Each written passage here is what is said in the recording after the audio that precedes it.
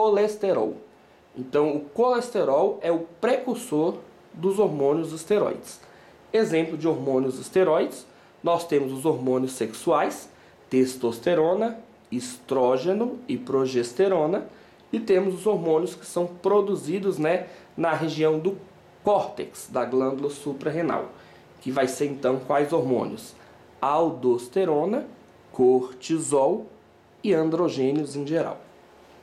E por último, nós temos os hormônios que são glicoproteicos. Então, olha lá, o hormônio é formado por uma porção, né, de carboidrato e outra porção de proteína. Esse hormônio, então, glicoproteico, nós vamos ter como exemplo o FSH, o LH, entendeu? Que são todos hormônios glicoproteicos. Então, em relação ao tipo morfológico da glândula endócrina, nós já falamos lá atrás, vamos só repetir aqui. Ela pode ser uma glândula cordonal ou em massa. Lembra que eu falei? A porção dela que produz a secreção, que é o adenômero, vai ficar emaranhado, né, por capilares, como se fossem cordões ao redor dela. Então, são cordões celulares margeados por vasos sanguíneos. Nós temos como exemplo a suprarrenal, a adenopófise, a célula de Leydig do testículo. Essa célula de Leydig é a célula do testículo responsável por produzir a testosterona. Lembra que eu falei? Praticamente quase todas as nossas glândulas endócrinas são cordonais ou em massa, com exceção da tireoide. A tireoide é a única folicular ou vesicular. Essa folicular ou vesicular é aquela que eu mostrei lá para vocês anteriormente, que ela forma, né, uma estrutura como se fosse uma bola de futebol. Então essas células formam folículos que armazenam o hormônio a ser secretado no espaço delimitado por essas células, que é na cavidade desse folículo. Então eu vou mostrar exemplos agora, né, dessas glândulas. Olha aqui a glândula endócrina, então, do tipo cordonal. Cada bolinha roxa que vocês estão vendo aqui, ó, é o núcleo de uma célula, né, dessa glândula cordonal, e tudo que está em verde aqui é o citoplasma dessa glândula cordonal. O que vocês estão vendo aqui em vermelho são, então, ó, os capilares sanguíneos, que vão ficar, né, emaranhados ao redor dessas células da glândula cordonal. Tá vendo? Então ela tem esse aspecto aqui, ó, quando ela é uma glândula cordonal. Várias células produtoras de secreção entremeadas com capilares sanguíneos. Aqui é em esquema. Olhando no microscópio, a gente encontra a glândula desse formato aqui, ó. Então o que nós estamos vendo aqui, ó, de roxo mais claro e de roxo escuro ou azul, são as células da glândula. A porção da bolinha azul aqui, ó, corresponde ao que a gente viu aqui, a essa bolinha roxa. Então é o núcleo das células. E essa porção mais rosada aqui, ó, é o citoplasma. Onde está aqui mostrando para a gente com a letra C, ó, é um capilar sanguíneo. Aqui outro capilar sanguíneo. Aqui, ó, outro capilar sanguíneo. E essas coisinhas aqui, ó, vermelhas que nós estamos vendo dentro do capilar sanguíneo são as hemácias. Então essa glândula vai produzir a secreção aqui, ó, e lançar diretamente dentro desse capilar sanguíneo. A glândula endócrina folicular, como nós vimos lá, ó, as células vão formar essa estrutura arredondada, então é como se ela fosse cortada ao meio aqui. Se a gente corta ao meio essa glândula, ó, a gente observa células, né, formando estruturas arredondadas, que são os folículos. Esse folículo tem uma cavidade central, representada aqui nessa cor, né, esverdeada, marrom, por aqui, ó. Então aqui é o folículo, onde vai ser lançado a secreção, na cavidade aqui do folículo. Uma vez que a secreção foi lançada, olha ao redor desse folículo, cheio de capilares sanguíneos aqui também rosa. Então a secreção vai ser absorvida, né, e lançada aqui nesse capilar. A única glândula endócrina folicular que a gente tem é a tireoide. Olha aí então um exemplo clássico da tireoide. O que nós estamos vendo aqui, ó, é a secreção que está lá internamente no folículo. Então essa parte que está aqui em marrom, ó, aqui onde eu estou apontando o laser, é essa parte que a gente está vendo aqui, rosa, bem homogênea. Essa região aqui, que fica dentro do folículo tireoidiano, a gente chama de coloide. Aqui está mostrando uns pontinhos branquinhos. Essa região onde está esse pontinho branquinho é onde está mostrando aqui que o coloide está sendo absorvido. As células que estão bem ao redor aqui, ó, do coloide, essas células aqui, ó, essas bolotinhas, são os núcleos das células foliculares. E o que vocês estão vendo aqui, ó, de uma coloração mais escura, aqui, ó, indicada pela letra C, são os capilares sanguíneos que ficam ao redor do folículo tireoidiano. Então vamos falar um pouquinho sobre a glândula tireoide, porque é uma glândula, né, que é muito cobrada em prova. A gente vai até revisá-la quando a gente for estudar fisiologia. A glândula tireoide, ela fica aqui então, ó, lá na região, né, da laringe, quase chegando na região da traqueia. Histologicamente, ó, ela é formada por esses folículos tireoidianos. Então a localização dela na porção superior do estômago, abaixo da laringe, logo no início lá da traqueia. Ela é formada, né, morfologicamente por dois lobos. Então ela tem um lobo, ó, esquerdo e um lobo da tireoide, que é o lobo do lado direito. As células estão rodeadas, ó, formando folículos. Lembra que a gente falou lá no tecido epitelial de revestimento, que eu ia voltar sobre o tipo dele aqui? A gente observa que tem só uma camada de células e elas têm um formato, ó, cuboide. Então é um tecido epitelial de revestimento simples, cúbico. Então, dentro desse folículo fica armazenado aqui o coloide com o hormônio T3 e T4. A função dessa glândula vai ser produzir e secretar esses hormônios que vão estimular o metabolismo. O hormônio T4, ele vai ter a proteína chamada de tireoglobulina associada com 4 moléculas de iodo. Por isso que ele é chamado de T4. 90% do hormônio produzido e secretado, ó, é o T4, mas ele não tem tanta eficiência. O hormônio que tem mais eficiência mesmo, e a função dele, né, é bem característica dessa glândula, é o triiodotironina, chamado de T3. Então, como o próprio nome fala, triiodotironina. Nós vamos ter 3 moléculas de iodo ligados, né, com a proteína tireoglobulina. 10% do hormônio secretado só pela tireoide, ó, que é do tipo triiodotironina, é o T3. Entre esses folículos tireoidianos, olha que interessante, existem algumas células que ficam entre os folículos, mas não formam os folículos, que são essas células chamadas de células parafoliculares. Olha mais uma vez o nome aí, ó, parafoliculares, ao lado da tireoide, da região dos folículos da tireoide. Lembra do prefixo para, que significa, né, ao lado. Então, ó, essas células C, ou parafoliculares, elas secretam o hormônio calcitonina. A calcitonina, né, é o hormônio peptídeo que vai inibir a reabsorção óssea. Se inibe a reabsorção óssea, consequentemente vai estimular a deposição, né, de matriz óssea na superfície do osso. Então a calcitonina ajuda no processo de formação óssea. Então nunca esqueçam, se perguntarem para vocês quais são todos os hormônios produzidos pela tireoide, geralmente vocês lembram só de T3 e T4.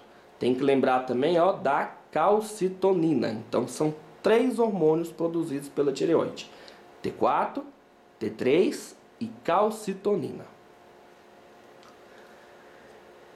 Existem algumas glândulas também que são chamadas de anfícrinas, que a gente falou lá no começo que elas recebem a denominação de glândula anfícrina ou mista. Então essa glândula anfícrina ela tem uma porção endócrina e outra porção exócrina. Ela é revestida, né, por uma cápsula de tecido conjuntivo que vai dividir essa glândula em porções. Essa entrada dessa cápsula de tecido conjuntivo, dividindo a glândula em porções, Essas, né, entradas são chamadas de septos. Na porção exócrina das glândulas que são anfícrinas, tá vendo?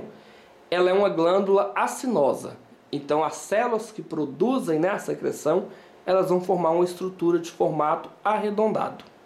E lá, né, no centro dessas células acinosas, nós vamos ter as células centroacinosas, que vai formar o início do ducto, onde essa glândula então vai liberar a secreção. Exemplo de glândulas anfícrinas, nós vamos ter o pâncreas, o fígado e o testículo. Então, pâncreas, fígado e testículo têm porções endócrinas e exócrinas. Daqui a pouco eu vou falar um pouquinho mais sobre o pâncreas. Então vamos lá para o fígado.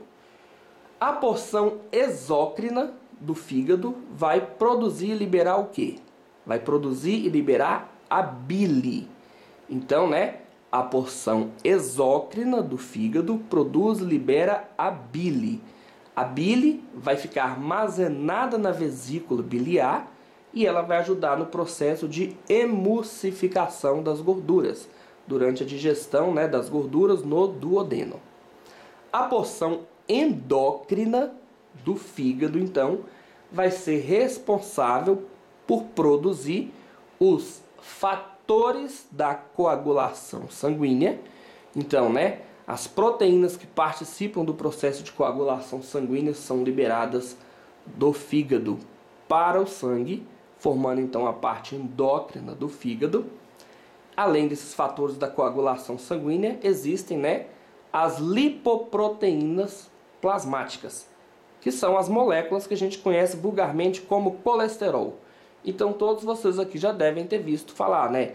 Colesterol HDL, colesterol LDL, HDL e LDL, por exemplo, são, né, substâncias produzidas pela porção endócrina do fígado. E o testículo? O testículo tem uma porção exócrina e endócrina também. A porção exócrina do testículo vai ser responsável, né, por produzir e liberar o sêmen, junto com os espermatozoides. Por sua vez, a porção endócrina do testículo vai ser responsável, né, por produzir e secretar a testosterona, que vai cair diretamente na circulação sanguínea. Então aqui, como eu falei para vocês, que eu ia chamar mais atenção para o pâncreas, que é o mais cobrado na prova em termos de glândula, né, anfícrina. A gente está vendo aqui, ó, em roxo, a parte do pâncreas que é endócrina. Tanto é que a gente observa aqui, ó, os capilares sanguíneos, tá vendo, ó, ao redor das células do pâncreas endócrino. Essa porção aqui que está em amarelo, por sua vez, corresponde à porção exócrina, né, do pâncreas.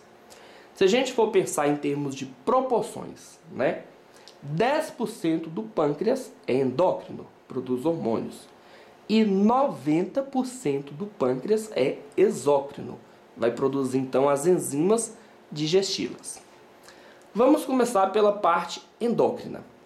Como a parte endócrina forma a menor porção do pâncreas, e essa porção então vai ficar isolada, né, formando alguns aglomerados dentro da grande parte que é exócrina, essa parte endócrina passa a ser chamada então de ilhotas de Langerhans.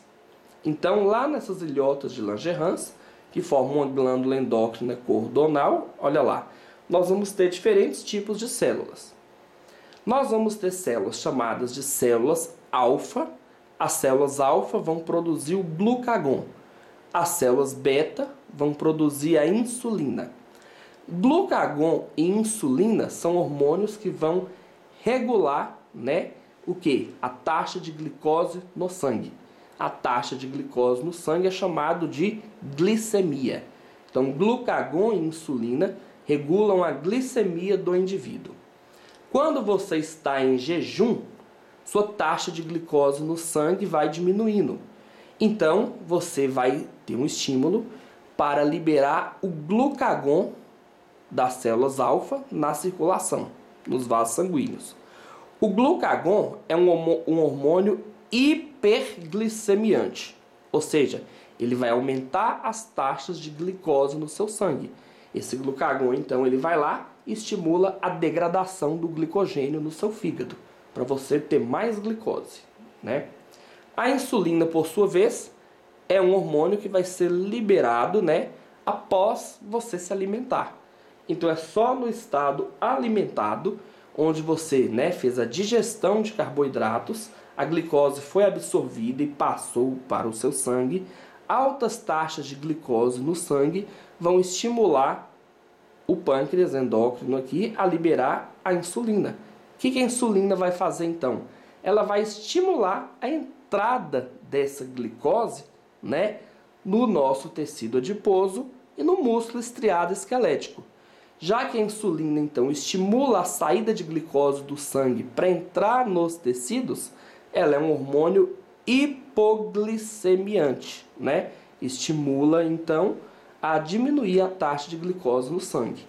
Vamos pensar numa correlação, por exemplo, que é muito cobrada em questão de prova.